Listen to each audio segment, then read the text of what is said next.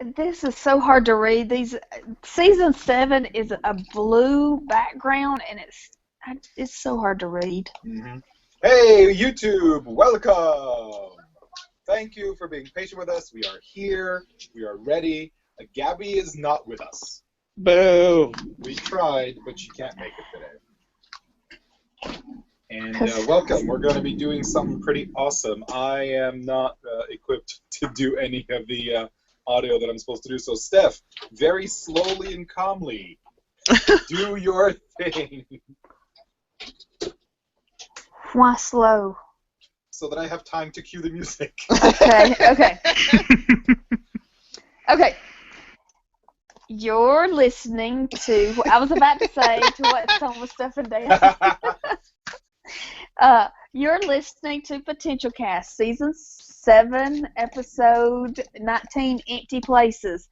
Despite their humiliating defeat, Buffy is convinced the vineyard is important. But when she tries to rally the girls for a second fight, she finds her leadership challenged. Dun dun dun.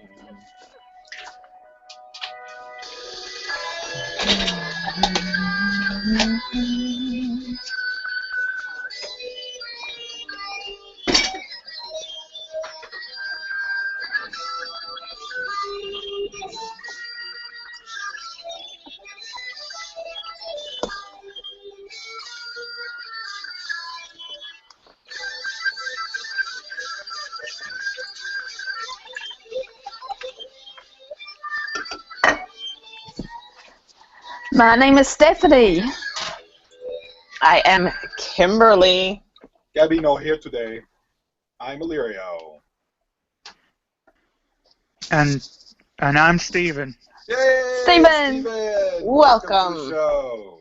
Thank you. So, Stephen, did you watch Buffy when it aired? Yeah, I did.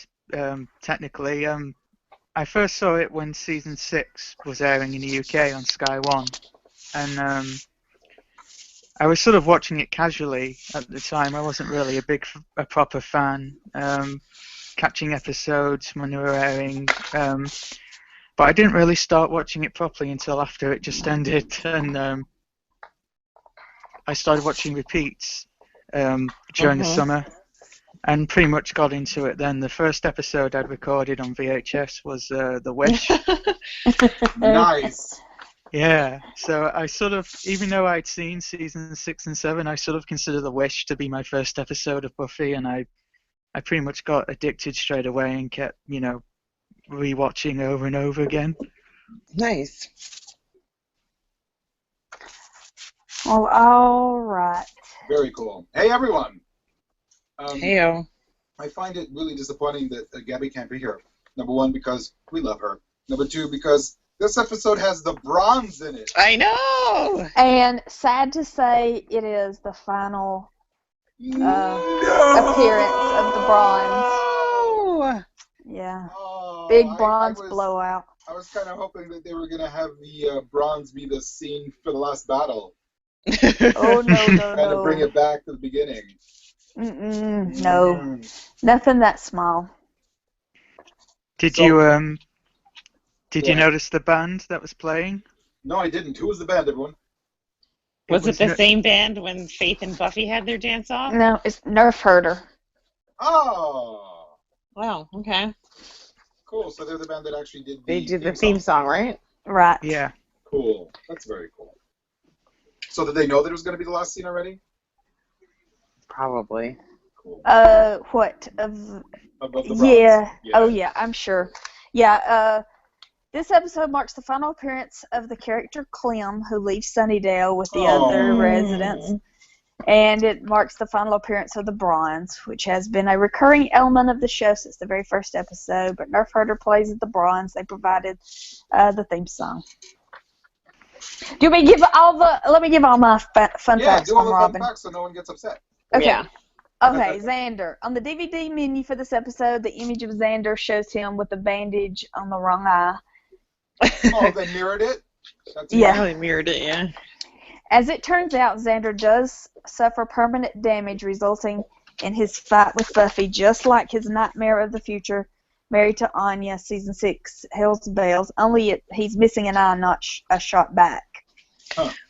Xander makes a reference to his pirate costume and fake parrot, which he wore in the Season 6 episode All the Way. Yep. When in the hospital after losing an eye, Xander says, "Oh, you know what the best part is? No one will ever make me watch Jaws 3D again." Uh-huh. The director of this episode, James Contner, was also the cinematographer on Jaws 3D. Okay. The football helmet that Andrew wears while riding behind Spike on Spike's motorcycle is the same helmet Don wore in Bargaining Part 2. This is awesome. an homage to Easy Rider, where Jack Nicholson wore a football helmet on the back of Dennis Hopper's motorcycle. I've never seen that movie. Neither have I, and it's on my list. It's on all the time. The promo of this episode says that throughout the show, 526 demons were slayed, and 1,342 vampires were dusted. Up to that point? I guess so. Okay. That's pretty funny, we may have finally seen what Joyce meant in Conversations with Dead People when she told Dawn that Buffy wouldn't choose her. She'd be against her. Mm. It's really interesting. I don't know. But let me tell you this. Stephen, you're over in England, yes? I am, yes. You want to explain to us and our fine listeners what the hell Interpol is?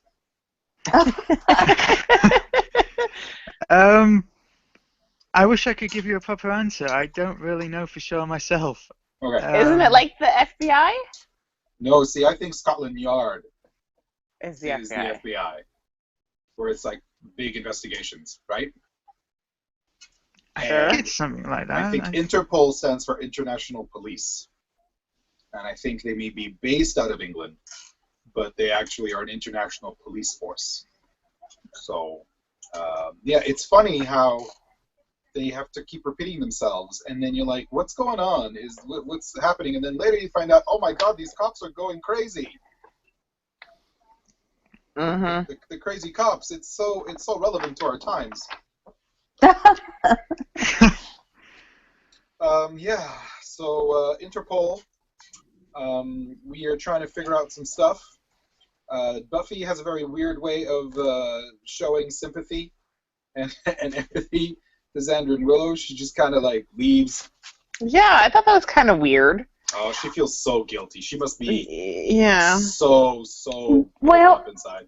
Well, you know, when she goes back to the school to get her stuff or whatever, whatever reason, contrived reason they have for her going back to her class, her desk, she looks at a picture of her and Willow and Xander. So I think that she really is upset, but she's like a general. She can't get caught up in the emotion of everything. She has to, have the mission on her mind. That's all I can figure. Unlike a general, she has no idea what she's doing. She's not equipped for this. I don't think she's a leader. I think she'll find her place leading. Leading an army of one, it looks like. Yeah, like you said, I don't think she's a leader, but I think she'll find it just in the nick of time. Yeah, I don't know. It's so weird to watch this episode, to watch everything going on in it, and then I know I'm skipping way forward. That last scene, or almost last scene, where she's trying to convince everybody to try again. And I'm really not on board, you guys. I think that's a huge mistake that she's proposing. Oh, I agree. I think she has the mentality of like, get back on the horse as soon as possible, because you can't. You got to keep going to win, and so that you won't be scared, or you just got to keep the momentum going. Yeah, exactly. There's a really good train of thought in there, because everybody's all mopey and sad. Yeah. She's like, get up off your ass, let's get going. It's like what what's his face told Bruce Wayne, his father. I always forget his father's first name. Is it Thomas? Thomas Wayne told Bruce, why do we fall down? So we can learn how to get back up. Mm-hmm. And I gather that that's her motivation, but she's not equipped No. yet. Yet. Dot. I have a theory. What's their about, theory? About what? So, Spike and Andrew go on a really cute road trip. And they get to this church, which is, I gather Giles figured that they should go visit this church because that's the church where the vandalism stopped, which to me leads to he was searching every church up until then, trashing the churches, looking for whatever they're looking for. And then when he found this church with a secret chamber, that's when the vandalism stopped because he didn't have to trash it because he found what he was looking for. And so the inscription on the wall says, what does it say? It says it's not yours to wield; it belongs to her. I think. Sure. Go ahead. I think it's for her alone to wield or something like that. Yeah. And so what's interesting is that this takes us back to the episode, I think it was the last one, where he was telling Buffy, or he told that girl to tell Buffy that he has something that belongs to Buffy. And it's not her deadbeat dad, as I was theorizing. It's a weapon that was hidden in that church that is hers to wield to defeat the First. But he has it. But he can't use it because he's not her. He needs her to use it He on needs herself. the Slayer to use it. Yeah. To do whatever. So I think his plan is to kill the Buffy, to have all of the potentials, and whichever one appears to then be the Slayer, he's going to then co-opt her and have her use it to do something. That's what I think is going on. So you think Buffy's gonna die? I know I was going to say I know for sure. I have not watched. I don't know for sure. I'm convinced she's going to die. Or at least that's his plan, right? I don't know. She's already died. I don't think they're going to kill her again. Why not? At this point, it should be easy.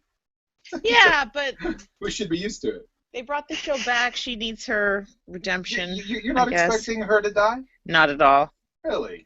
No. I'm totally expecting her to die. They already did that in the season 5 finale, where they thought they were actually going to end the show. So they're not going to repeat that story again. That's a very good point. Oh, I'm going to lose that pool. They already did that once. I don't think we talked about this the last episode. Why is Caleb so strong? I don't know. The First is giving him energy, or it's that ring. I always assumed it was the First giving him that power. That was my assumption. I think You're it's the very First. well, Stephen. Keeping the spoiler free. Good job. Yeah, maybe it's that ring. And part of me was like, hey, I was actually thinking maybe the weapon that he picked up that's supposed to be for Buffy is actually that ring. But no. then if the ring is giving him power, then he is wielding it. I don't know. Because if it's the ring and he needs her, what's the point? Because he's got all the power. He doesn't have all the power, right? He has power, but maybe not all of it. But what does he need her for? What does he need the Slayer for? To wield the weapon. And what's the weapon going to do? I don't know. Okay. Maybe it will be the final thing needed to do this thing that is that he wants to have happen, right? But I think that he found something that only she can use, and that's why he got upset. Yeah. And what am I saying? What was up with that remark about every high school across the country all smells the same? I mean, is it just that, was he going to high schools looking for the Slayer? Probably. Young girls. Oh, that's a very interesting, wow, what a creep. How long has he been doing this search? Has he been doing this for years? Or is it just like the last 4 months? Right? Yeah, I don't know. Don't know. I'd be interested. So, we have, where am I here? Oh, Anya and Andrew are giving everyone a briefing. Okay. You can stake an Uber vamp, but their sternum is really, really strong. And you have to have supernatural strength to stake them. which is interesting because Buffy tried and it didn't work. Mm. And she has super strength. Regardless, when I was watching this about 14 months ago, when we originally scheduled to talk about it, I immediately tweeted out, "Is everyone on this goddamn show going to give these potentials a pep talk?" Yep. Because it was Buffy and then Faith and then Anya. Anya's giving them a pep talk? Why do they need pep talks? Because she has talked to her friends in the demon world to get information. I suppose. I guess, but she's like, why are these girls so depressed?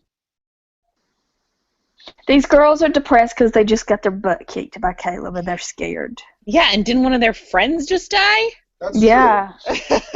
And I think a few of them died. I can't remember how many, but and then Xander lost his eye. Oh yeah. And wasn't that the saddest welcome home party? I know I'm skipping ahead. It was terrible. So sad. But I was like, this is the worst possible homecoming. I think this is the lowest they've been. Yes. Like, even Xander isn't on board, guys. No.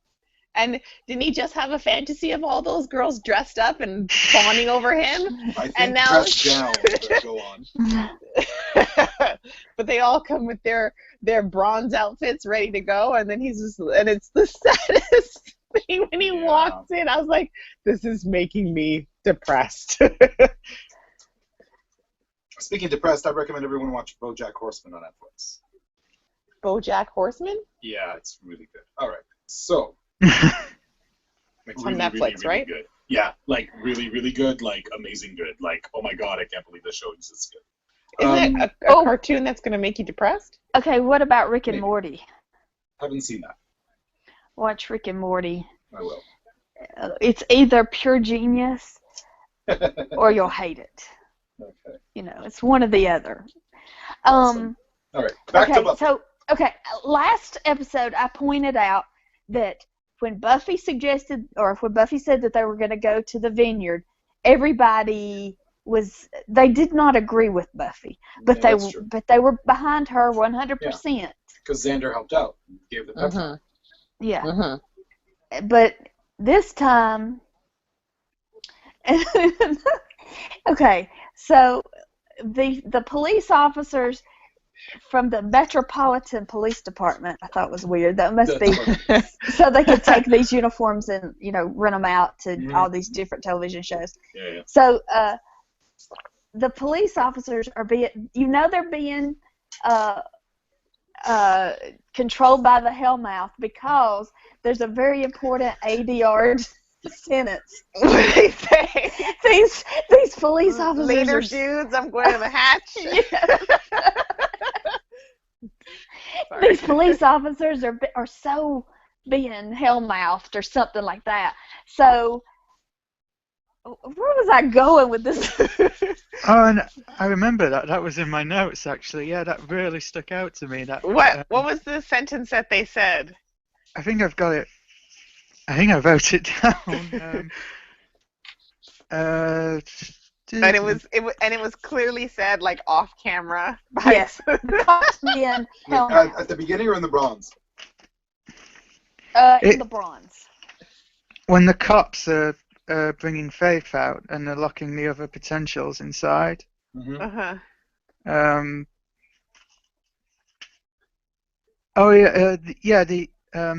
It's by Rona, and she says these cops are really getting hell-mouthed. So the cops were being controlled by the Hellmouth.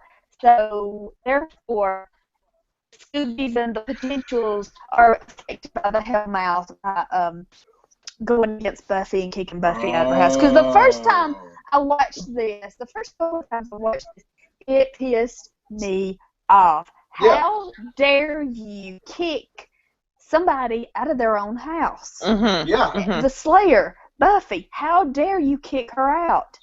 But it's because of the Hellmouth. I remember when I first saw it, as I said earlier, I was sort of casually watching the show at the time. I wasn't paying too much attention, but and I don't think I'd seen the episode fully, but I saw that scene and I just thought, are they under a spell or something? And this doesn't feel right. I mean, it just seems so weird to me. And then, It's as like, there ain't cops. Yeah, it just didn't feel right. And it just felt so weird. I don't know. It is weird. I mean, I can understand that they're being controlled by the Hellmouth and they've all ganged up against Buffy, but why does Buffy just go without a fight? She just leaves, crying. I think she feels the guilt. But go on, Stephen. Oh, okay. Yeah, I was going to say, I didn't. I know if I were honest, them getting scared. It's just them sort of panicking and obviously throughout the episode they're all just so glum and losing hope. And with what happened in the last episode, that they're just sort of panicking and they're feeling like, we can't trust Buffy. Maybe Faith will be a better leader. Although obviously with the Scoobies doing, I can understand that with the potentials, but with the Scoobies doing that, yeah, that's it's a bit of a betrayal of it. Not a betrayal. Betrayal. Because they're not standing beside their friend. When Willow sides with Kennedy, agrees with Kennedy. Yeah. Oh. Yeah, that was crazy. Yeah. I don't like her at all. I just don't like how she's put herself into an important role. I was just like, get off your... I don't like her. We'll never be happy with anyone that Willow is with. Ever. You think, I don't think so. It's just the way she came in, like, balls to the walls. Like, I don't care about anyone but myself. Like, she's relax. like a mix of Faith and Tara. She's more Faith than Tara. Yeah. Yeah, and she's supposed to be this rich girl, and she does. Is she? Oh. Yeah. Guess she grew up with wings of houses with wings. Remember? I don't listen to anything she says. So I just feel like they could have. The boarding school brat. Mm-hmm. Yeah, she doesn't say boarding school brat to me. Not at all. That. Just pure brat. Yeah, I always forget that about her, that she's,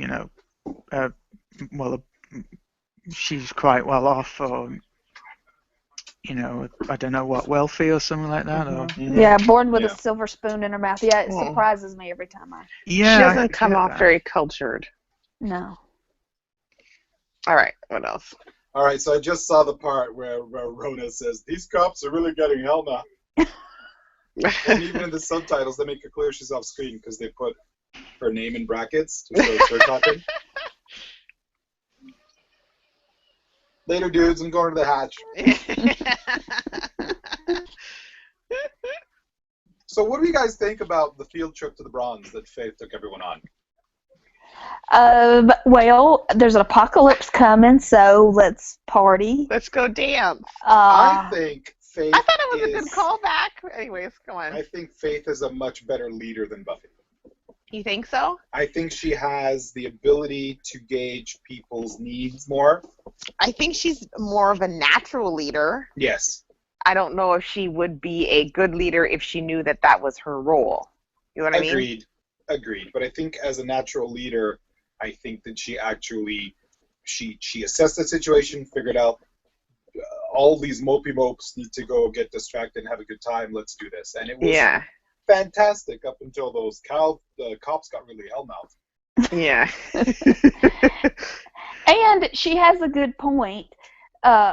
When Buffy comes in and gets on to Faith for letting underage girls drink or taking girls that they're children, you call them children when it's convenient for you to call them children. Mm-hmm. But they're adults when you need them to be an army. Right. Well, I think with Buffy, she's purposefully, being closed off with them because she doesn't want to deal. She knows that they're not all going to make it, and she doesn't want to. Good point. Yeah, she doesn't want to sort of I mean, like Faith even says at the end, you know, you didn't even bother to learn their names. And I think that's all on purpose with Buffy. You know, she just doesn't want to deal with all, you know, their deaths on her, and you know. She wants to stay emotionally detached. Yeah, she doesn't want to get close. But in the same sense, she probably doesn't want to get close because she could die. Because if they're going to take her place, she could die. You know what I mean? Mm-hmm. So it's not. Yeah. It goes both ways. My issue is that if you're going to lead people, you can't hesitate. You can't worry about them in such a way that it paralyzes you. And I think Buffy, having faced off with Caleb in the high school, and then coming back and then telling everybody, okay, we have to go back, is, even though it sounds like she's doing what I say she should, which is don't be hesitant, don't be afraid, I think it's grotesquely irresponsible for her to suggest it. Especially since Giles sent Spike on a mission that wasn't to try and get him killed. And we waited to hear back. Like, they have a lead. They have a lead. They actually have a lead. They have an idea of maybe information that they're going to get. To be fair, I don't think Buffy trusts Giles, because there's that scene where he tells her, you know, I sent Spike, and you know, oh, so are you planning to kill him again? And then he said, you know, I don't want to take a quote, but, you know, he mentions Andrew, and, you know, again, she's just not convinced that she can really trust Giles anymore. So I think that might have also led to her, you know, making that decision. I agree with you. I agree. It's just difficult to gauge, because for me, I'm really conflicted. I'd like for people to support Buffy more because she's the Slayer, but I really, really, really hate her plan right now. It makes no sense to me. Yeah, it's like when you know people have the best intentions, they just go the wrong way about it. That's the frustration I get with Buffy. I think that's the frustration I've always had with her. Good intentions, but goes about it the wrong way. And what is her plan now? Just to go back, like, just keep doing the same thing again? Like, when you fail, you need to change something. Well, I can't remember what she said exactly. No, she said she got a hunch, didn't she, from Caleb going to the school and trying to keep her. Exactly. What was she say? Trying to keep her away from the vineyard, or. Yeah, and then maybe that's where she really needs to go. But there's no. She doesn't explain that well enough. I don't think she explains it well enough. And if you're going to go into this crowd, which is already kind of, low interest mortgages, what? You want to do that again? I don't know. I'm not sold. So yeah. Oh, Steph has been replaced by an invisible person. Oh no, you're there! Yay! I thought you were off screen. It looked like you weren't there. I was worried. Oh no, Steph's been abducted. All right, let's talk about it. Pizza pockets.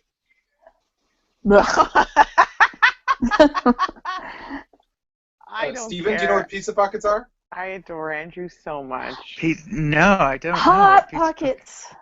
Are they Hot Pockets or Pizza Pockets? They're the same thing. Hot Pockets is probably a. I think Hot Pockets is American. I think in Canada they call them Pizza Pockets, no? We call them Panzerottis. Well, okay. And there's a Panzerata pizza in Toronto, and it's fantastic. It's so good. It's so bad. It's good. It's so bad, though. Yeah. So let's. Okay. A show of hands. Who here thinks dibs is a thing? If you bought it, yeah. Yeah, but he put a note on it. Well, then it's dibs. He claimed it. He claimed it. Well, okay. When you take food to work, and people eat your food, you can't really complain because there's a lot of people in and out of there, and Steph? Yeah. I could not more vehemently disagree with anyone under any circumstance about anything. The act of stealing someone's food It's is despicable. one of the most despicable, heinous, morally bankrupt kinds of behavior that anyone could do. And it is absolutely atrocious and the worst. She deserved that evil glare that Andrew gave him. Agreed. Yeah, that was not cool, man. You don't steal someone's food. Now, Andrew didn't pay for it. He's not at work. I gather that we're talking about a situation that is kind of, oh, Andrew, you think you have dibs, but you don't really have to. But yeah, Faith just walks in there and she eats what she wants. Take, want, have, take, want, what'd she say? Want, take, have. Want, take, have. Yep, that's within her character. Oh, fuck. Agreed. Uh-oh. Kim just swore. Oh, Something sorry. must have happened bad to her Blue Jays. Somebody I scored. thought I was on mute. Damn it. Nope. Sorry, guys. It's okay. I forgot to put the link out for people to watch us live. So they're going to join us in progress. Is that why you're like, why crap. is nobody on? Guys, I have to start YouTube? recording again. Hold on. Oh no. Yeah, Not it's from okay. the beginning, right? Not from the beginning. Hold on. Disk too slow. Oh, GarageBand. Hold on. Let me save. And let me hear where we were last. Hold on. I'll be right back.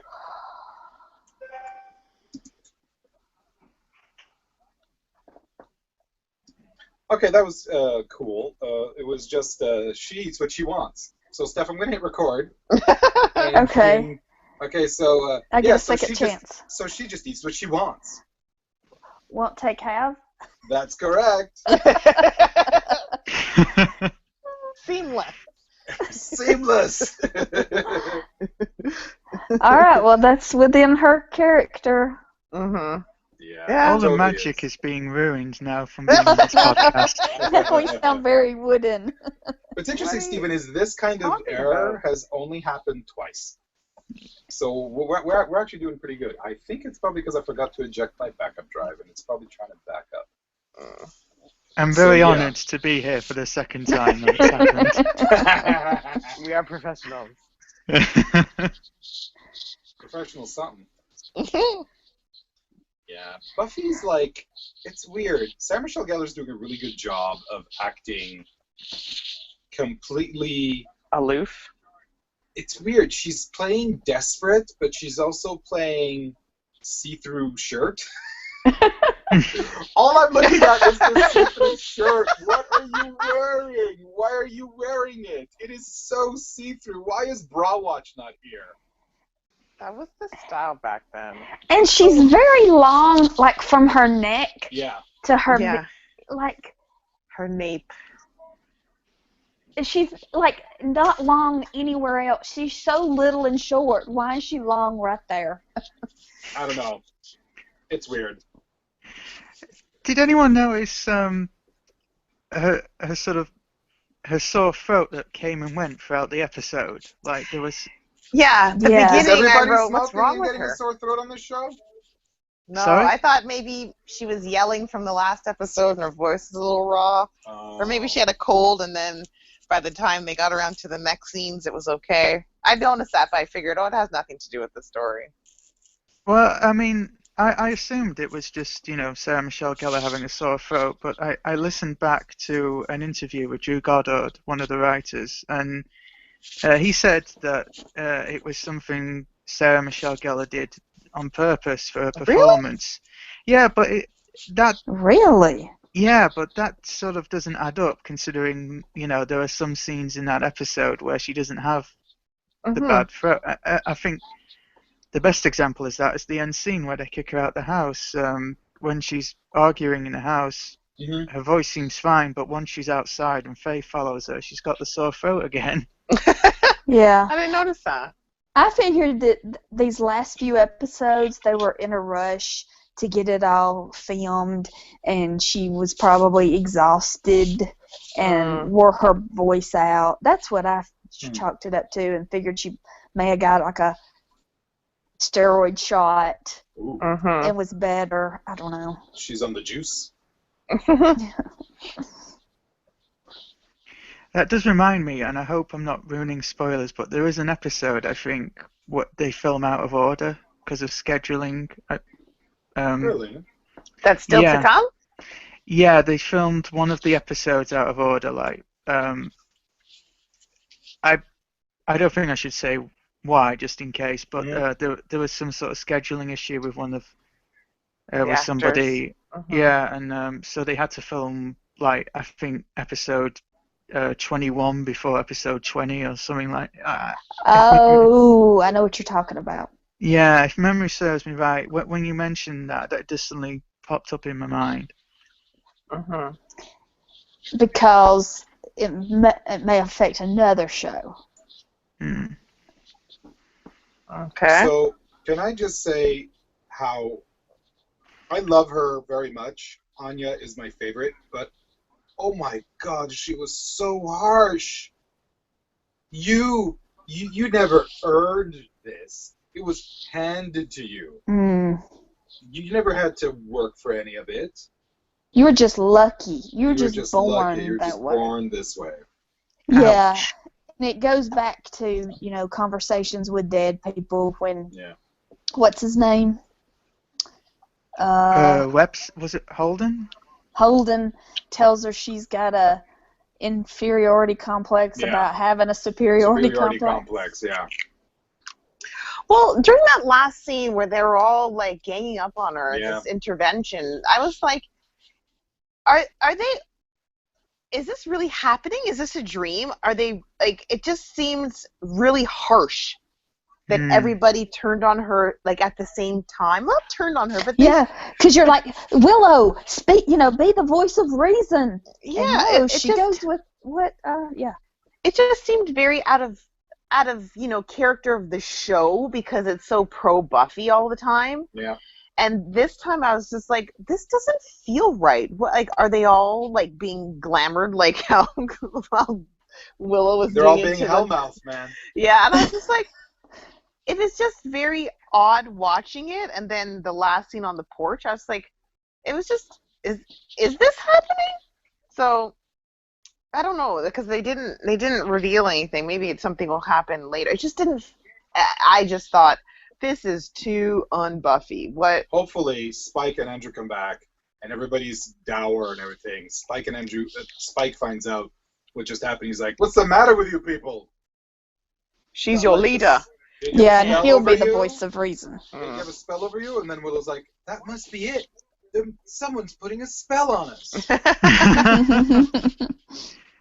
Yeah, because that's what I felt immediately. It's like, this just, like, it just didn't feel right. Mutiny on Buffy, Yeah. It just felt awkward. But it justified because of how, because of what happened in the previous episode and how they all sort of are more pro-faith at the moment. And, yeah, like, it's not a popularity contest, but it kind of felt like it for really felt like a little bit. We don't like you. We like our new mom. Yeah. She's fun. She's fun. She takes us out and let us drink. You keep us in here. Dance with boys and go to the Bronx. With like one bathroom in this whole house. It's the worst. And we all got ready in a manageable amount of time. Like, really? I know, right? Good point. Let's all go to the Bronx. 16 hours later. And that's not me being sexist. I take a long time to get ready before I allow myself to be presentable out in public. Yeah, but with all those girls in that house, know that they take a long time. I'm sure. Invest in toilet paper in the name. Let me tell you, you don't know. 18 hours to get ready. What stuff? You don't wait till you have a teenage girl in the house to know. Oh my! We go through the toilet paper. I don't know what she does with it, but with a teenage, I can't buy enough toilet paper. Yeah. Maybe I'll ration it out. Yeah, that's a good idea. Right? We'll keep it in a lockbox, and every week, each person gets their own roll. It has to last you for the week. Like in prison. Hey, speaking of which, Faith has a couple prison references, which that one was really funny. That was good. I don't know. Last episode, I hated that she was back, but this episode, I really appreciated Faith. I'm afraid that I'm going to end up liking her. Oh no! You know, after all my Faith hate, I'm just like, damn it. But I don't like where it's going. I don't like where it's going with her and Principal Wood. I'm just like, it creeps me out. I'm just like, no, thank you. You know what creeps me out? Giles' bulky turtleneck sweater. There are girls wearing like spaghetti strap tank tops, and he's wearing a giant bulky turtleneck sweater. Oh my god. Well, he's used to England weather, and so. and it's Sunnydale. Yeah, But he should be roasting them. Right, Stephen? Sorry? When you were young in school, do you remember people telling you what the sun looked like? I never even heard of the sun. The weather here is that bad. Yeah. That's too bad.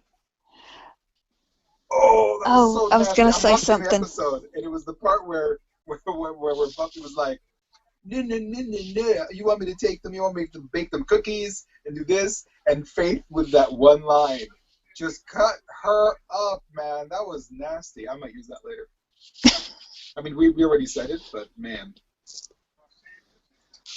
Oh, Wood and Faith and Buffy and yeah, I know. The first time that I watched, I was so confused with this, like, so this is over. Is Christopher Wood? Is Principal Wood? Does he still like Buffy? Did he ever like Buffy? What, Buffy, Spike, and Wood? What's going on?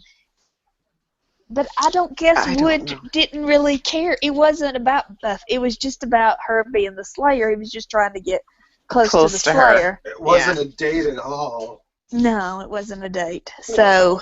Even though Buffy was smitten for 5 minutes. Yeah, she totally was smitten for 5 whole minutes. Mm-hmm. And then she realized how the huge mommy issues he had.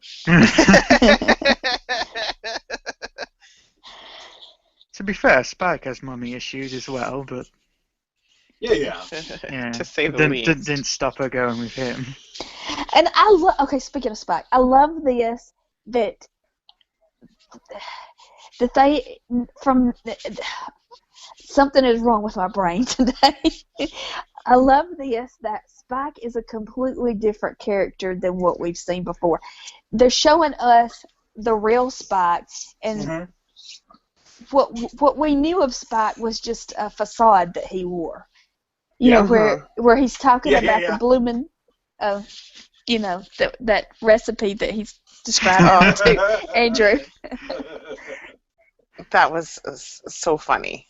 He's really not the, evil monster. Or maybe now that he has the soul, that he is, he's changed. Just softer around the edges? Yeah, maybe that's what it is.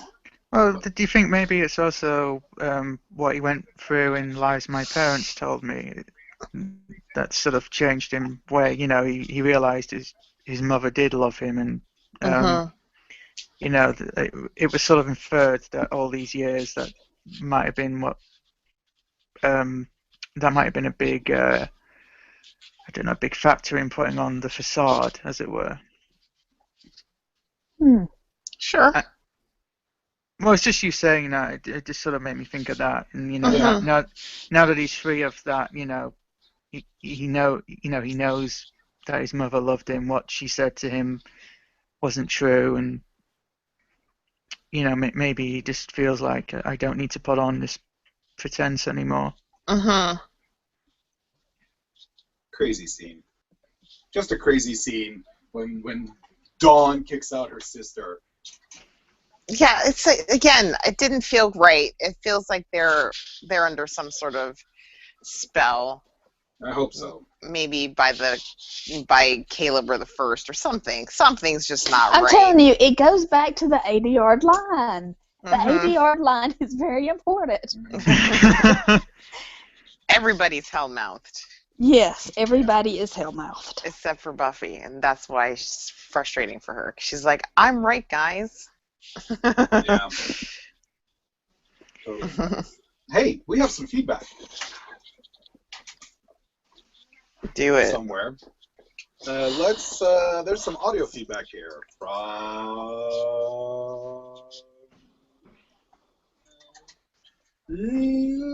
Nutty, I believe. Let's get this party started. I'm gonna move this down here so you guys can hear it too. Hello. Why is this not reaching? Here we are. And I'm going to hello. Less flattering angle, but we'll be able to hear it. Okay. Let's do. You alright? I'm fine. The phone kind of flipped over. All right. Let's do this. Let's gather all the microphones together. Let's hear Nutty's audio feedback. Feedback a bit ahead of time. Yeah, a whole month. Good job, Nutty. This is how you do it. Because there's no telling when it's going to no actually telling get done. Right. To get together here.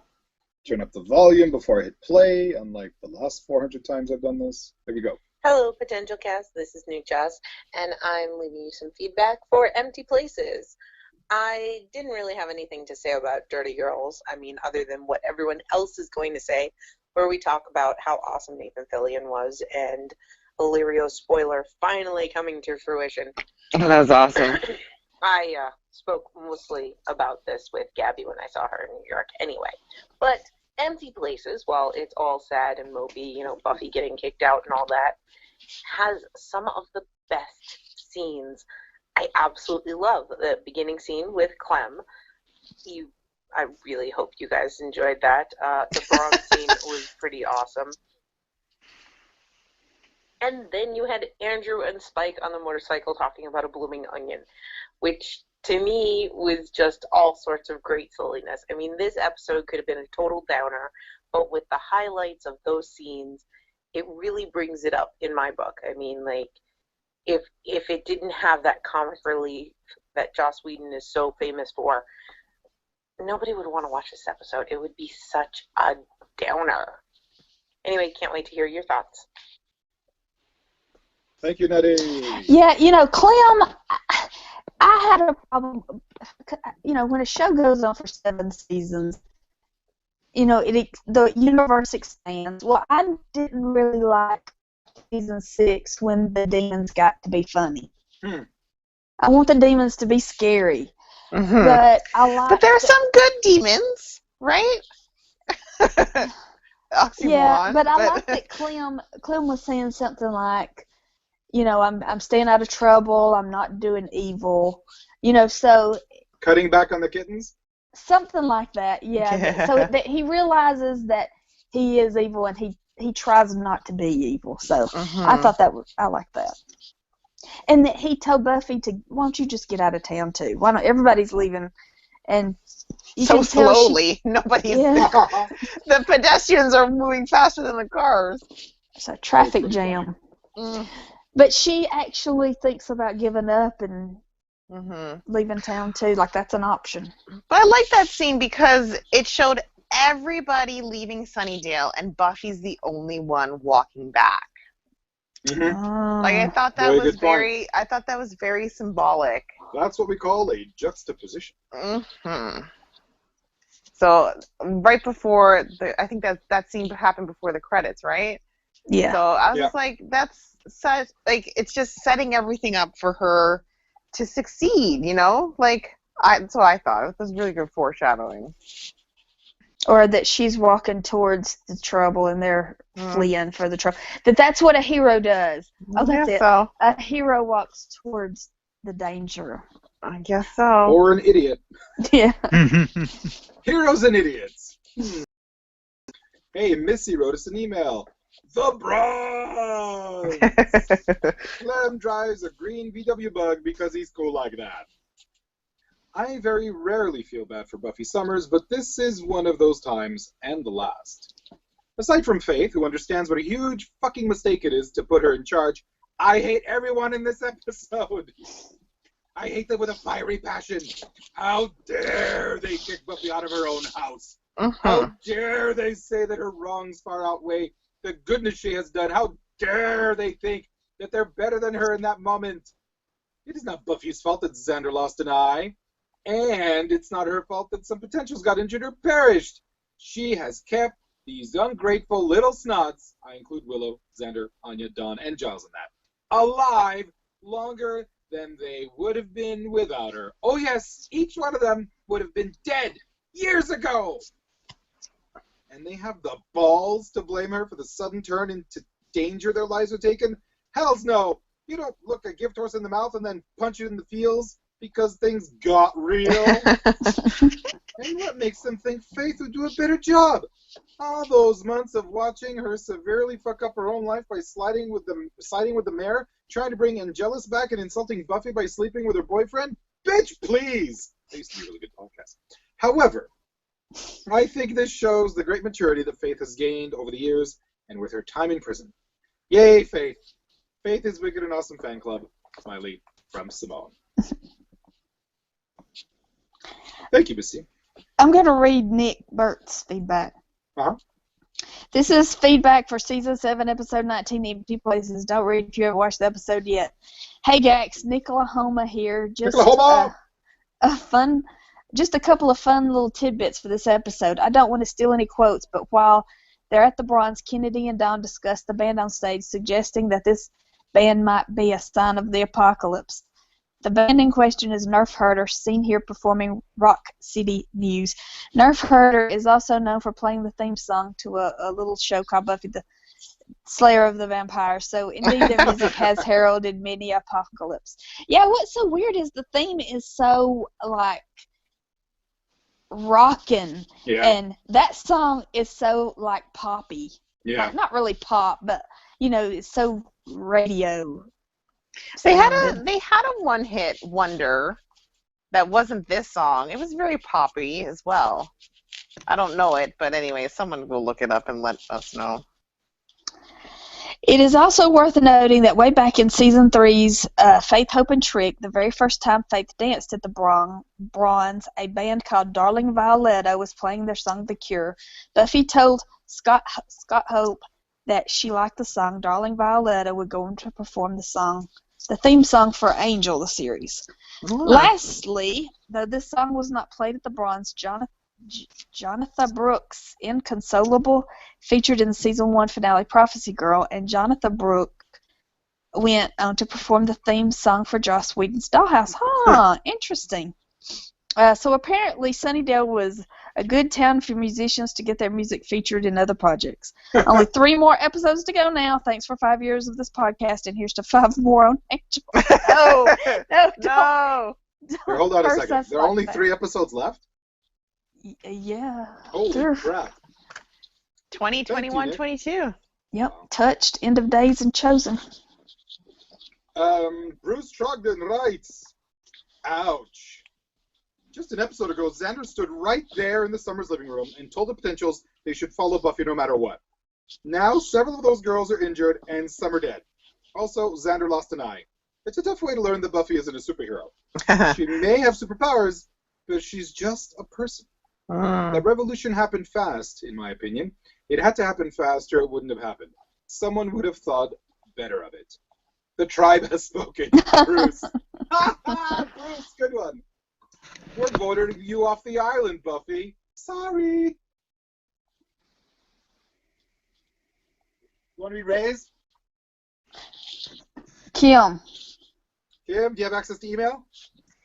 Not at the moment. Okay, I'll read it. Raymond writes, "Ew, this is one of the worst episodes of the whole series. It's like watching a bizarro version of these characters.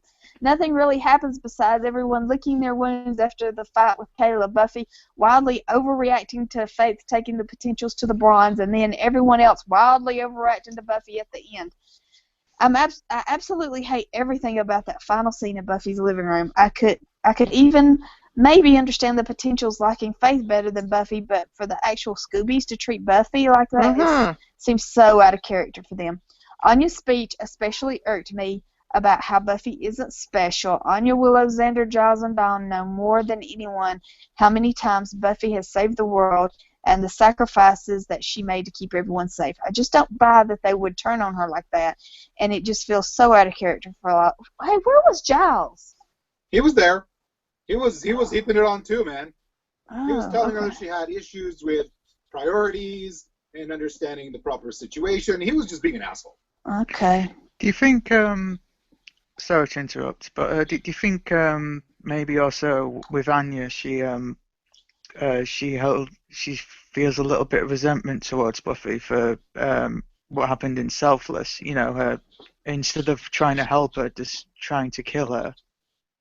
Do you think maybe that had something to do with what she ended I up think saying they've to her? coexisted pretty well since then. So, I don't know. I think they're just being hell-mouthed. Yeah. Okay, where was I, Ray? Anya, Willow, Xander, Giles, and Dawn know more than anyone about how many times Buffy has saved the world and the sacrifices that she made to keep everyone safe. I just don't buy that they would turn on her like that, and it just feels so out of character for all of them. And how can they kick Buffy out of her own damn house?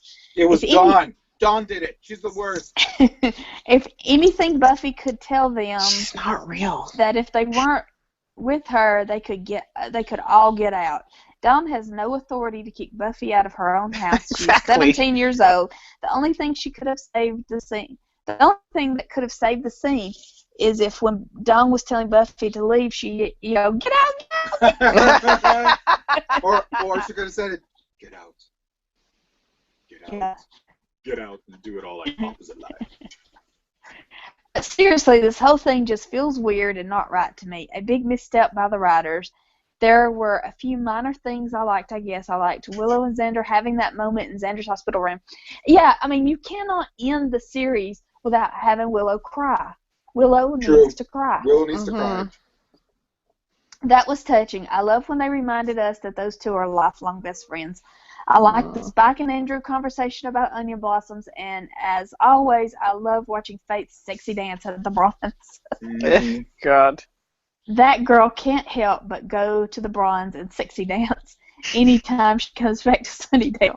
In fact, if this episode was just 42 minutes of Faith's sexy dancing, it would have been much better than what we actually got. I'm sorry that tickled me. I just feel like so close to the end of the series, it sucks to have such a clunker of an episode. Ray Doria. Thank you, Ray. That was awesome. 42 minutes of sexy dancing. Nikki Faith writes, good app all around. The wide variety of opinion is wonderful. Good app all around.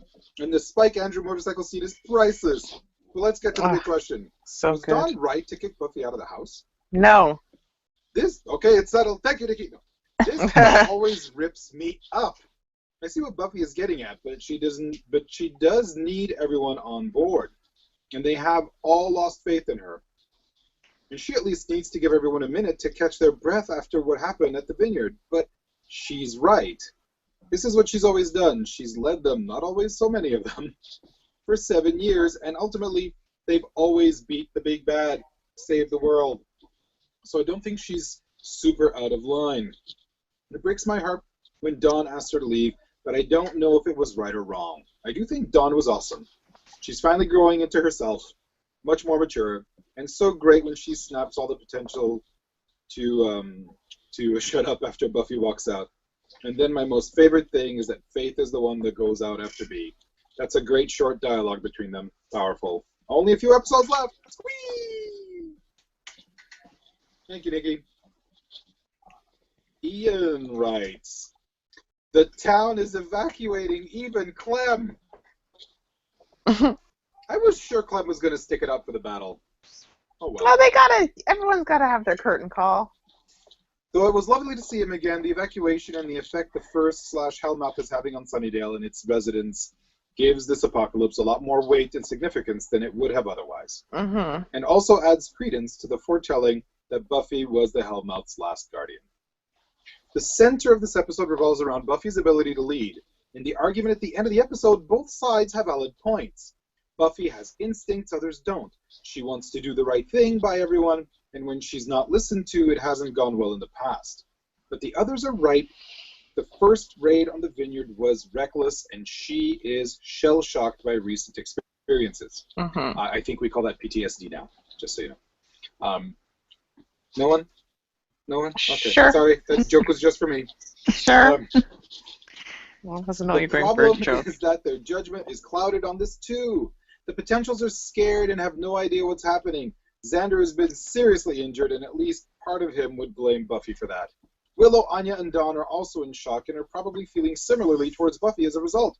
Additionally, Dawn is worried about the Buffy will not choose you line, and so feels like she needs to preempt that by stopping Buffy from making that choice now. And then there's Giles, who despite what he may say is clearly trying to reassert his own power. Sending Spike off with Andrew changes the dynamic, ensuring his voice is heard more. Who is right in this, I can't say. On a lighter note, Andrew has some great moments again, writing breakup sex on the flipboard, and then developing an odd friendship with Spike. The onion blossom conversation is especially cute. Thanks, Ian. I especially like he writes steak, S-T-E-A-K. And he erased it out? Oh, that made me laugh. So simple, but so friggin' funny. Mm-hmm. Dylan writes, "Greetings, people." Much to say at this point, but I'll just stick to the key elements. Things just keep ramping up to something. People are leaving town in droves, even demons. Nice wheels, Clem. Faith still seems to be a prominent character in this and the episodes to come. Might as well make your peace with it ASAP. Hey, there was even a brief scene in this one with only Faith and Kennedy in it, and the world didn't end or anything. Yet. However, I got a feeling that we will still get a lot of uhs and rants, which is fine. It's what we're here for, to watch you come undone. But it is all in good fun. Caleb shows up at the school. That's something.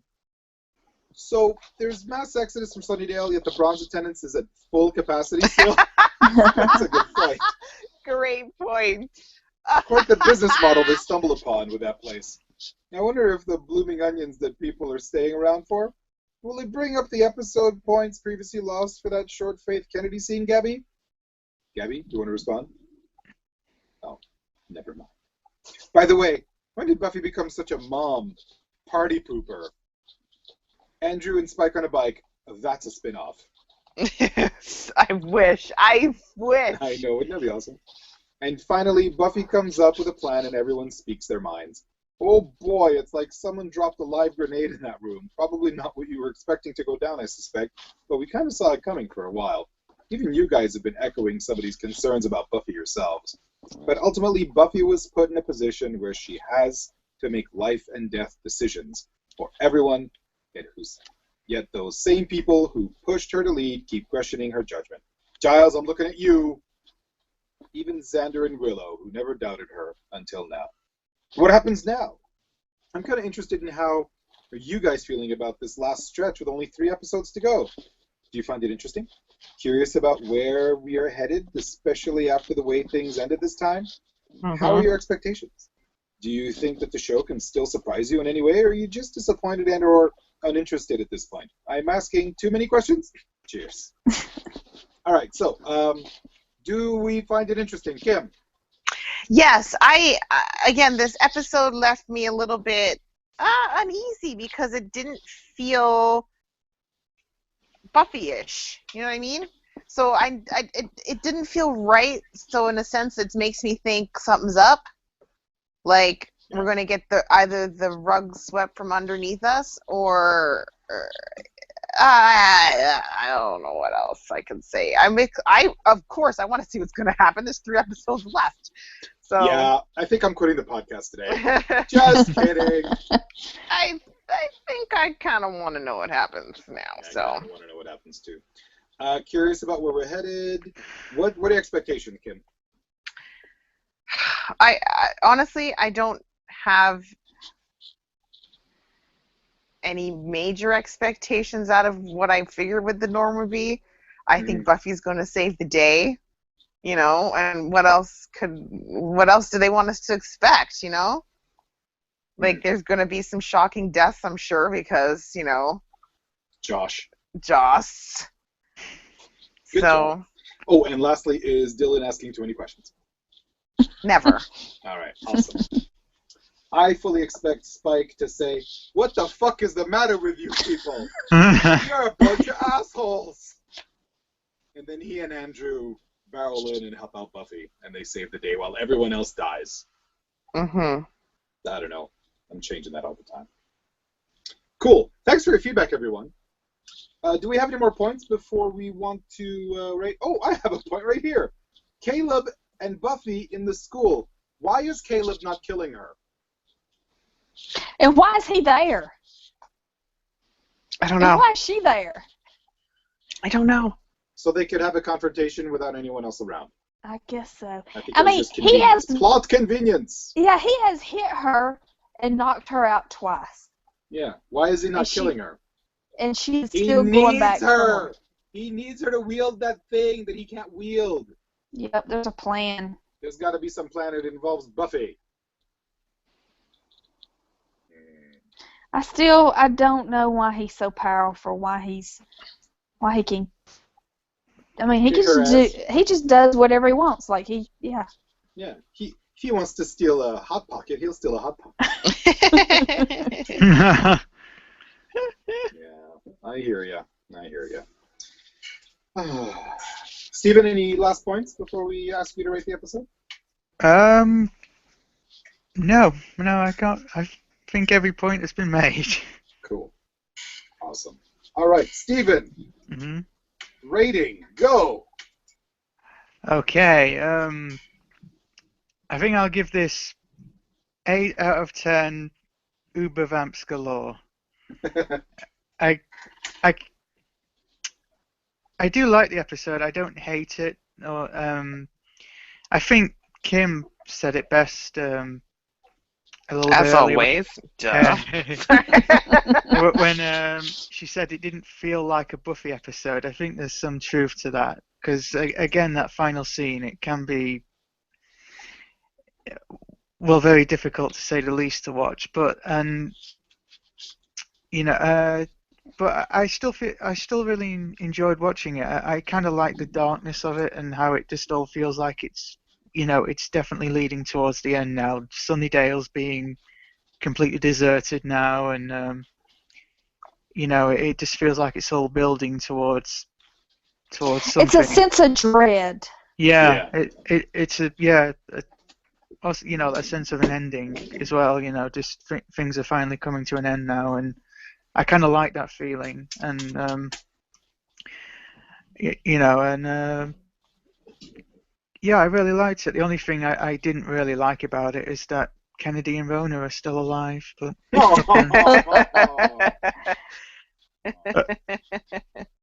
yeah, this is my first time rating an episode, so No, you're doing very well, Steven. Because Rona, she came in as like the voice of the audience, like, what's going on here? And she has just turned into a Debbie Downer. Yeah. I know. She has nothing the positive worst. to say. Yeah. She's like, I don't want to be here anymore. More like the overalls of complain. Kim?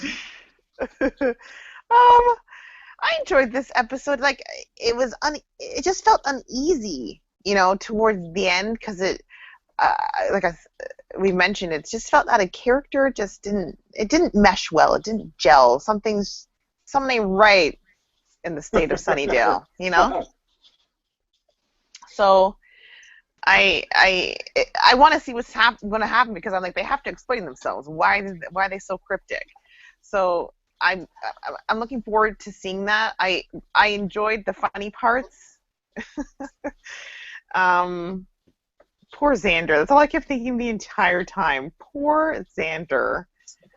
And I was happy to see the bronze, because I thought immediately of Gabby. Like, the bronze! Yeah, I immediately texted her. But yeah, and a thing that shocked me that I'm personally I'm uneasy about is that I think I'm going to end up liking Faith. You know, I think I said it last episode too. She's kind of turning into like Juliet from Lost, and that's not spoilerish, but yeah, I think I'm gonna like her, and I don't like that. But anyways, I'm gonna give this episode. I'll give it a solid 8, 7.5, 8 bloomin' onions out of 10. Mm-hmm. So which is it, 7.5 or 8? I'll flip a coin. 7.75. Oh, gotcha. That's the ultimate rating. I don't know. I don't think it's an 8, but it's not as. It needs a bit more. Not an 8. There you go. Not an 8. It's not an 8. Steph? I love this. Now that I have decided that everyone's being controlled by the Hellmouth, I give it a 10 because, like that feeling of dread, that Empire Strikes Back feeling. It's just terrible. I love it. Just the mix of the tragedy and the comedy, it works for me. So I give it 10 out of 10 swinging cats. 10? Yes. Or the kinds of bands that play during apocalypse. Nerf herders? Yeah.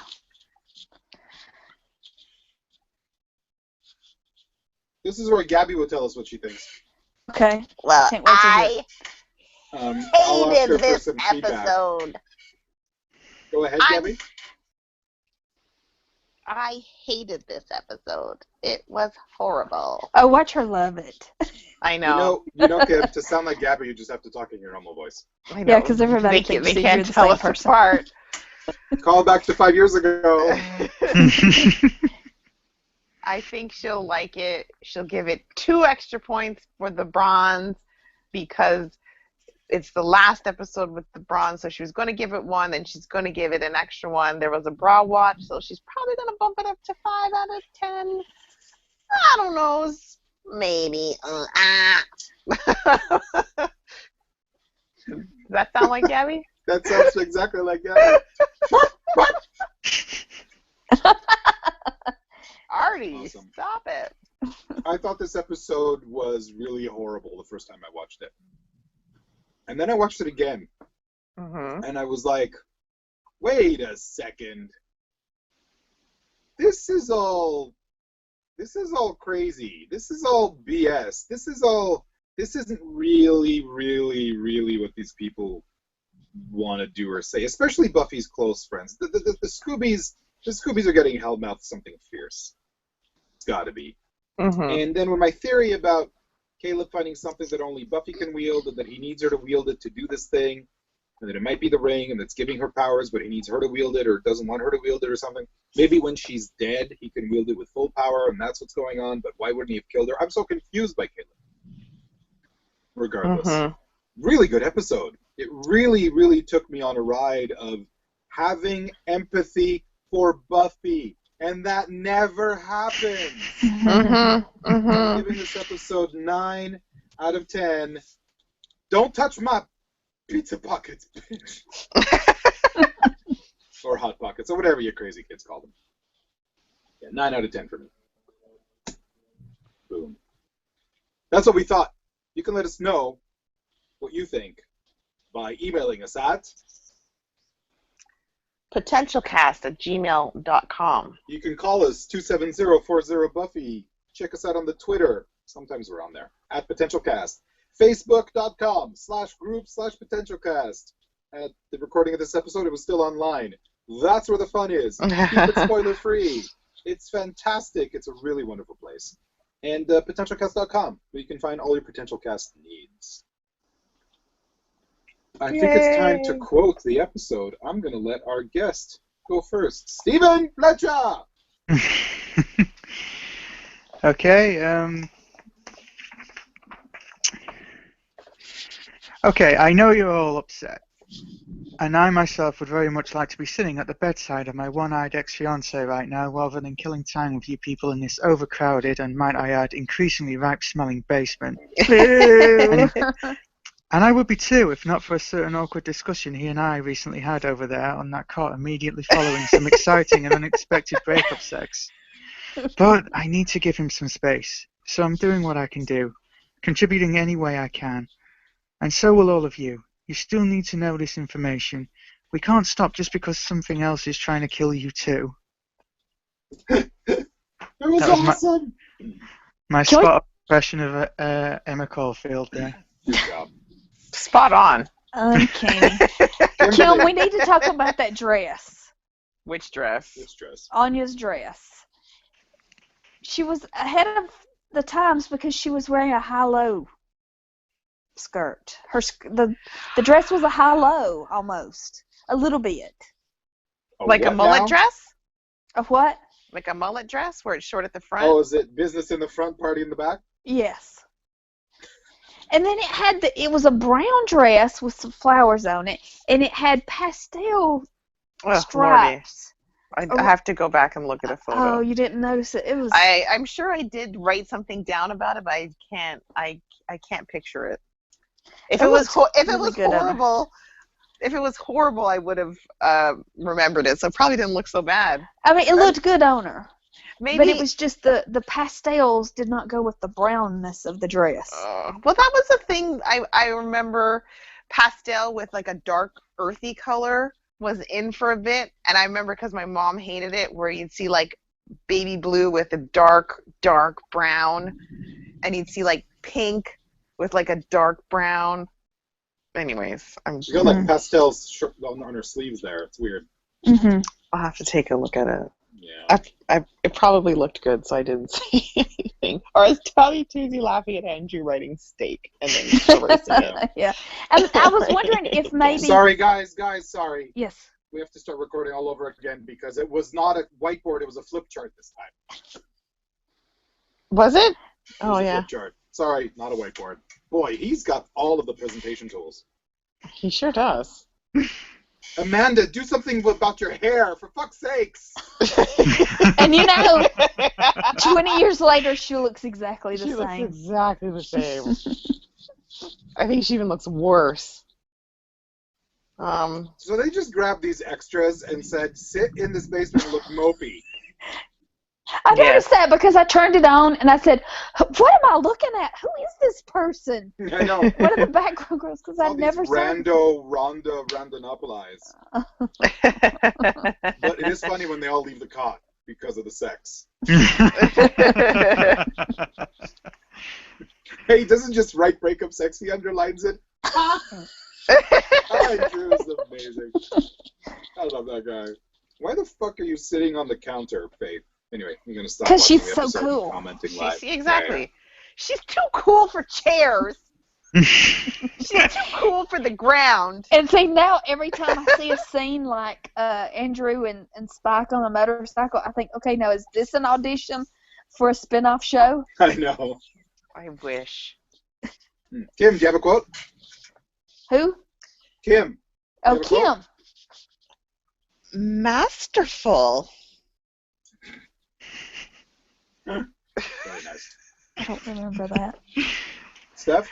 You have to pretend there's a big party here. That's fine. Parties in this house, I usually end up having to rebuild something. Nice. I'm trying to see your point here, Buff, but I guess it must be a little to my left, because I just don't. That was mean. Too soon.